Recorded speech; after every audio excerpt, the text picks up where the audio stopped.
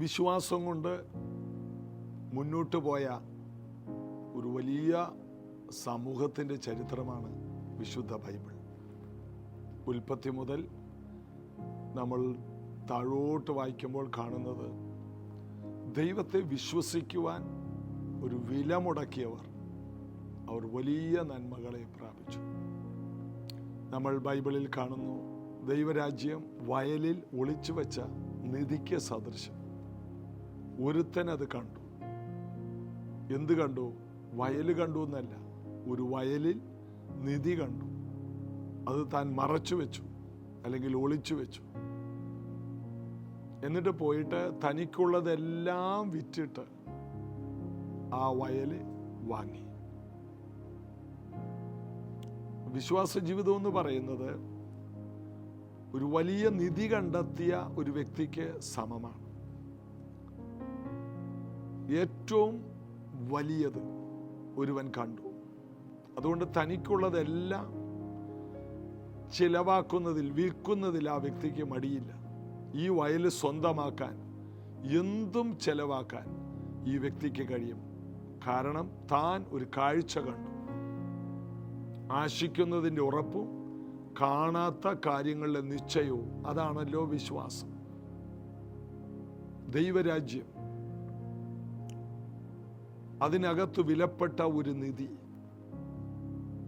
അത് വിശ്വാസ കണ്ണാൽ കണ്ട വ്യക്തികൾക്ക് മാത്രമേ ചിലവ് ചെയ്യാൻ കഴിയൂ, വില മുടക്കാൻ കഴിയൂ. എന്തെല്ലാം വേണ്ട എന്ന് വെക്കാൻ ആ വ്യക്തിക്ക് കഴിയുന്നത് അതിനേക്കാൾ വലിയ ഒന്നായി ചിലത് കണ്ടാൽ മാത്രമേ ഉള്ളൂ. വിശ്വാസവും ഇതുപോലെ തന്നെയാണ്.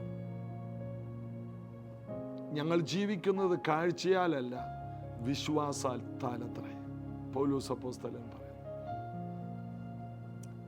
അദ്ദേഹം തൻ്റെ ജീവിതത്തിൻ്റെ ഒടുവിൽ പറയുന്നു, ഞാൻ നല്ല പോർ പൊരുതി, ഓട്ടം തികച്ചു, വിശ്വാസം കാത്തു. എന്തിനു വേണ്ടി? നീതിയുടെ കിരീടത്തിന് വേണ്ടി, ജീവന്റെ കിരീടത്തിന് വേണ്ടി. അത് കർത്താവ് എനിക്ക് ആ നാളിൽ തരും. ഞാൻ അതിനു വേണ്ടി വളരെയധികം അധ്വാനിച്ചു, ഞാൻ വളരെയധികം ഉറക്കളിച്ചു, ഞാൻ വളരെയധികം ത്യാഗപരമായി ജീവിച്ചു, ഞാൻ എല്ലാവരെക്കാളും അധികം കഷ്ടപ്പെട്ടു. എന്തിനു വേണ്ടി? ഞാൻ ഇന്നുവരെ കാണാത്ത ഒന്നിനു വേണ്ടി. യേശു പറഞ്ഞത് വിശ്വസിച്ച, വേദപുസ്തകം പറയുന്നത് വിശ്വസിക്കുന്ന ഒരു വ്യക്തിക്ക് ദൈവം കൊടുക്കുന്ന ഏറ്റവും വലിയ അനുഗ്രഹമാണ് വിശ്വാസം. വിശ്വാസത്തിന് വേണ്ടി എന്തെല്ലാം നിങ്ങൾ വലിച്ചെറിഞ്ഞിട്ടുണ്ടോ? ലോകം അങ്ങനെയുള്ളവരെ പറയും ഭോഷന്മാരെന്ന്. എന്നാൽ ദൈവത്തിൻ്റെ സന്നിധിയിൽ അവർ നീതിമാന്മാരാണ്. വചനം പറയുന്നു, അബ്രഹാം ദൈവത്തെ വിശ്വസിച്ചു, ദൈവം അത് നീതിയായി കണക്കിട്ടു. കാണാത്ത കാര്യങ്ങളെ വിശ്വസിച്ചുകൊണ്ട് ദൈവത്തിൻ്റെ പിന്നാലെ പോകുന്ന വ്യക്തികൾ നീതിമാന്മാരാണ് എന്ന് വേദപുസ്തകം പറയുന്നു. ലോകം അങ്ങനെയുള്ളവരെ വിളിക്കും വിഡ്ഢികൾ, ഭോഷന്മാർ. എന്നാൽ കാണാത്ത കാര്യങ്ങളിൽ ഒരു നിശ്ചയമില്ലാതെ മനുഷ്യരെ നോക്കി ഇറങ്ങിത്തിരിക്കുന്നവരെല്ലാം പരാജയപ്പെടും. അവരിറങ്ങിത്തിരിച്ചു, അവർ വിജയിച്ചു, അതുകൊണ്ട് ഞങ്ങളും ഇറങ്ങിയാണ്. അങ്ങനെ ഇറങ്ങിയ പലരും ജീവിതത്തിൽ ഇടക്ക് വെച്ച് പരാജയം സമ്മതിച്ച് തിരിച്ചു പോകേണ്ടി വന്നു. ഒരു നിധി പോലെ ചിലത് കാണാത്തൊരു വ്യക്തിയും തനിക്കുള്ളതൊന്നും വിൽക്കരുത്. ഏറ്റവും ഒടുവിൽ അതുമില്ല ഇതുമില്ലാതെയാവും. എന്നാൽ വ്യക്തമായ ഒരു ബോധ്യം, ആശിക്കുന്നതിൻ്റെ ഉറപ്പ്, കാണാത്ത കാര്യങ്ങളുടെ നിശ്ചയം, ഇതുള്ള വ്യക്തിക്ക് ധൈര്യമായിട്ട് വിശ്വാസ ജീവിതത്തിൽ മുന്നോട്ട് കുതിക്കാൻ കഴിയും. കർത്താവിൽ ആശ്രയിച്ച് നമുക്ക് മുന്നോട്ട് പോകാം. ഈ പ്രഭാതം അതിനായി തീരട്ടെ. ചേർന്ന് പാടി യേശു കർത്താവിനെ നമുക്ക് ആരാധിക്കാം. എൻ കണ്ണുകൾ തുറക്കാം,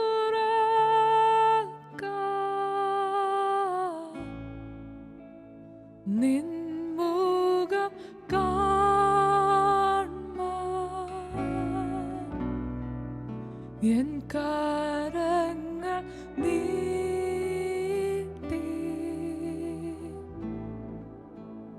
നിന്നെ തൊടുവാൻ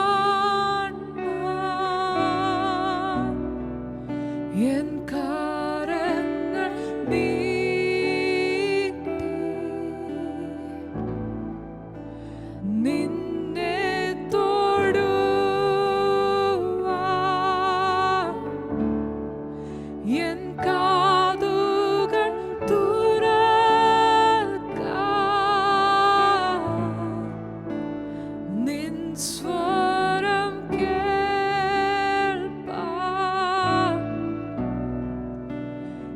എൻ കണ്ണുകൾ തുറക്കാൻ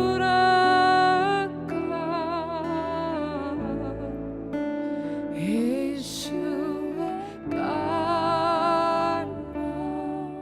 യേശുവേ, ഞങ്ങളുടെ കണ്ണുകളെ അങ്ങ് തുറക്കണമേ, ഞങ്ങളുടെ കാതുകളെ അങ്ങ് തുറക്കണമേ അപ്പ, ഞങ്ങളുടെ ഹൃദയങ്ങളെ അങ്ങ് തുറക്കണമേ അപ്പ. അങ്ങേ കാണുവാനും അങ്ങേ കേൾക്കുവാനും അങ്ങേ അനുഭവിക്കുവാനും ഞങ്ങളെ സഹായിക്കണമേ അപ്പ. പരിശുദ്ധാത്മാവേ, ഞങ്ങളെ യേശുവിലേക്ക് നയിക്കണമേ. Open my eyes, Lord. Open my eyes, Lord. I want to see Jesus, to reach out and touch Him and say that I love Him. Open my ears, Lord. Help me to listen.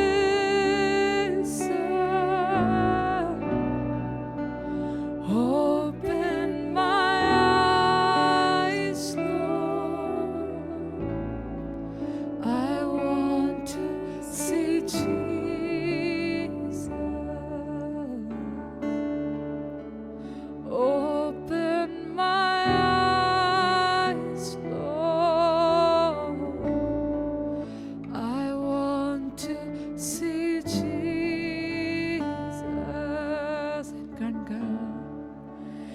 N കണ്ണുകൾ തുറക്കാൻ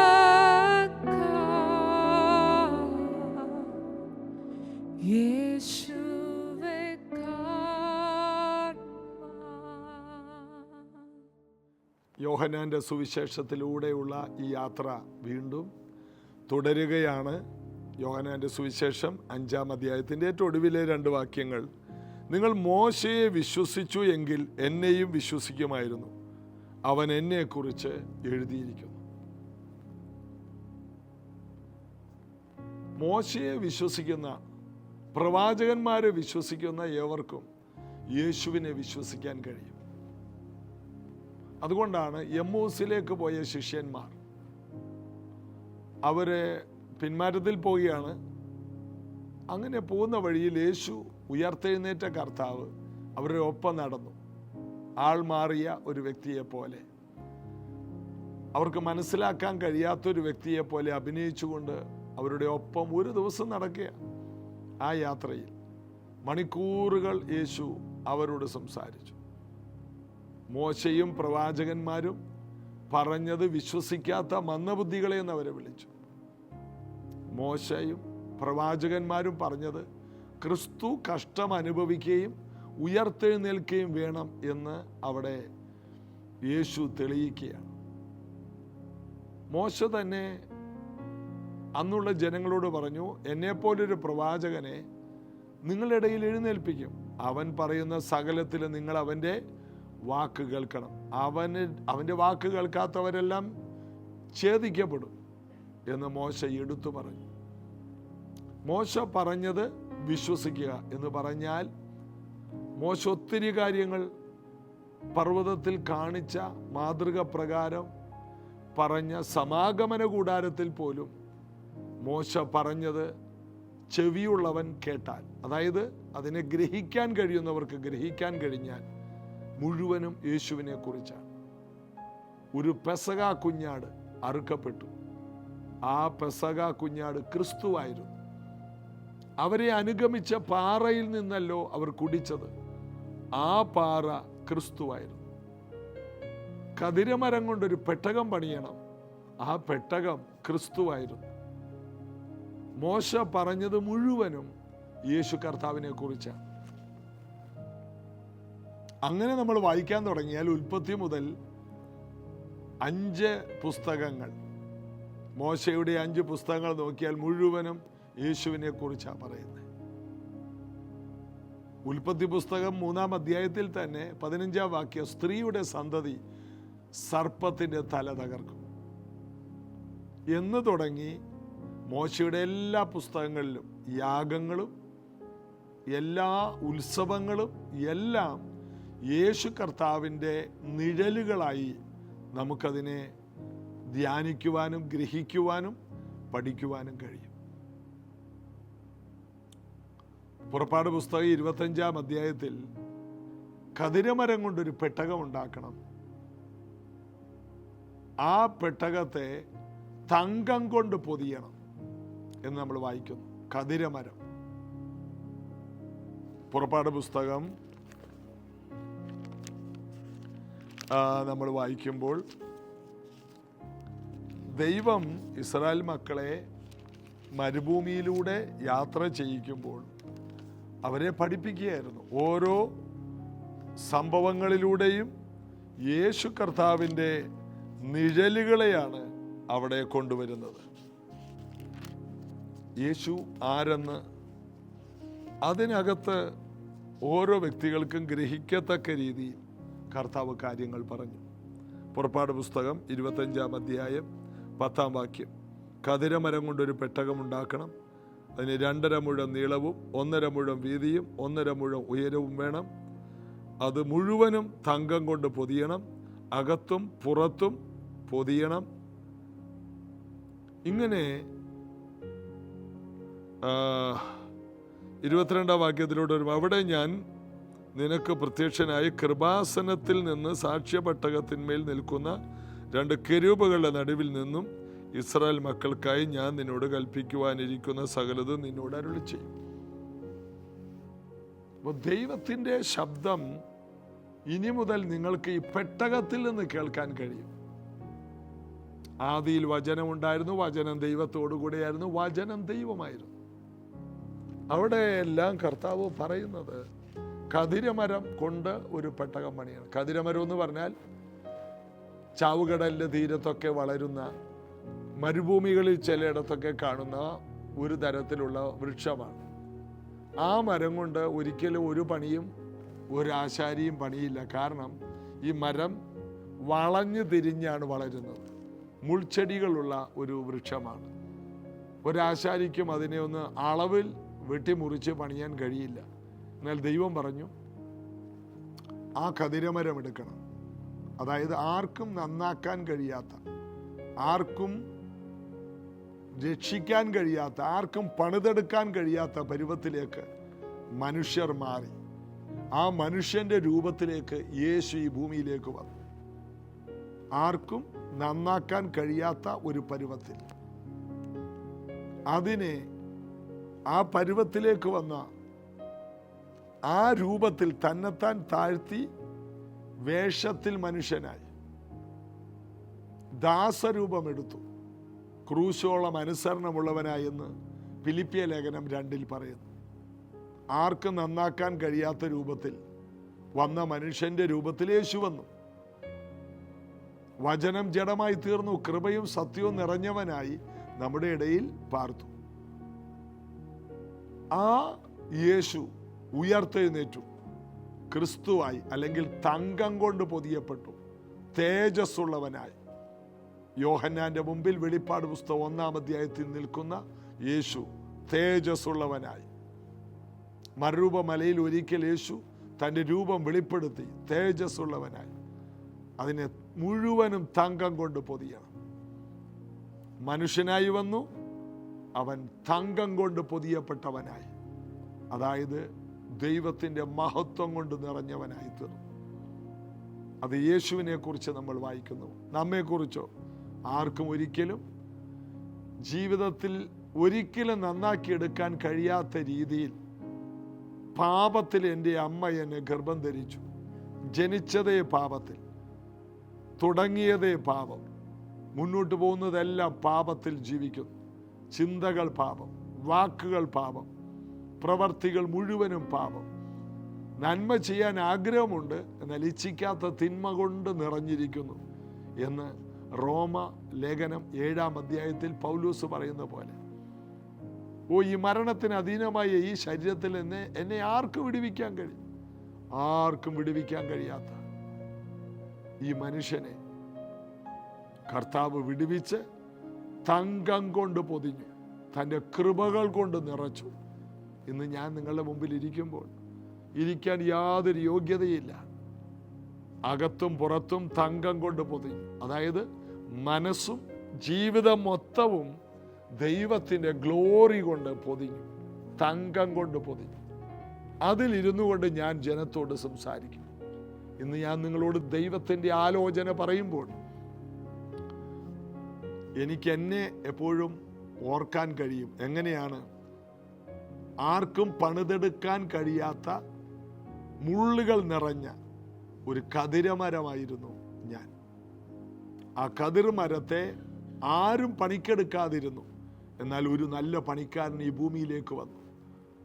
ഒരാശാരിപ്പണിക്കാരനായിട്ട് ഈ ഭൂമിയിലേക്ക് വന്നവൻ, ഒരാശാരിപ്പണിക്കാരൻ്റെ മകനായി ജനിച്ച് ആശാരിപ്പണി ചെയ്തവൻ, അവൻ്റെ അളവിനും അവൻ്റെ ജ്ഞാനത്തിനും തക്കവണ്ണം ആരും പണിയാൻ ഇഷ്ടപ്പെടാത്ത എന്നെ പണിതെടുത്ത് അവൻ ഒരു നല്ല പെട്ടകമാക്കി തീർത്തു.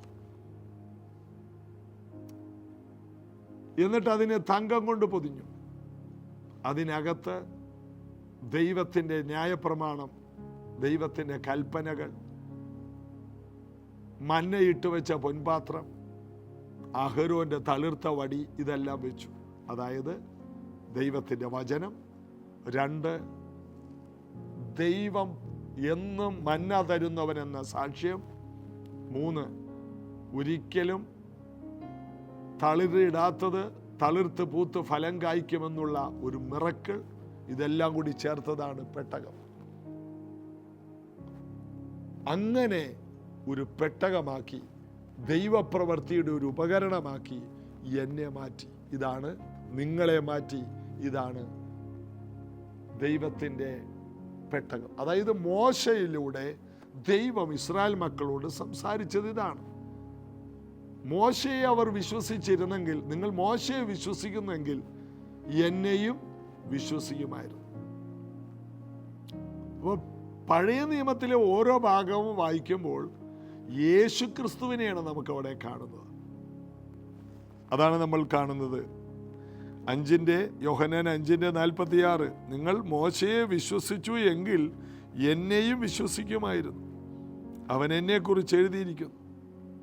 മോശ എഴുതിയത് മുഴുവനും യേശു കർത്താവ് എന്ന ദൈവപുത്രനെ കുറിച്ചാണ്. യേശുവിൽ വിശ്വസിക്കുന്ന നമ്മെക്കുറിച്ചും അതിനകത്ത് കാണുന്നു. പഴയ നിയമം മുഴുവനും നിഴലുകളാണെങ്കിൽ ആ നിഴലുകൾ ഒരു കാര്യം പറയുന്നുണ്ട്, ഒരു പൊരുളുണ്ട്. നമ്മൾ വീട്ടിലിരിക്കുമ്പോൾ ഒരു നിഴൽ ഇങ്ങനെ പോയാൽ അതിൻ്റെ അർത്ഥം ആ നിഴലിൻ്റെ ഒരു ഉടമസ്ഥൻ അവിടെ എവിടെയോ ഉണ്ട്. ഇതുപോലെയാണ് പഴയ നിയമത്തിലെ 39 അധ്യായങ്ങളും നിഴലുകളാണ്. ആ നിഴലുകൾ വിളിച്ചു പറഞ്ഞത് പൊരുളായവൻ തൊട്ടരികിൽ മുമ്പിൽ നിൽപ്പുണ്ടെന്ന്. അങ്ങനെ കന്യക ഗർഭം ധരിച്ചൊരു മകനെ പ്രസവിച്ചു. ഇമ്മാനുവേലായി അവൻ ഈ ഭൂമിയിൽ ജീവിച്ചു, പൊരുളായി കടന്നു വന്നു. നിങ്ങൾ മോശയെ വിശ്വസിക്കുമായിരുന്നെങ്കിൽ എന്നെയും വിശ്വസിക്കുമായിരുന്നു. 47-ാം വാക്യം, എന്നാൽ അവൻ്റെ എഴുത്ത് നിങ്ങൾ വിശ്വസിക്കുന്നില്ല എങ്കിൽ എൻ്റെ വാക്ക് എങ്ങനെ വിശ്വസിക്കും?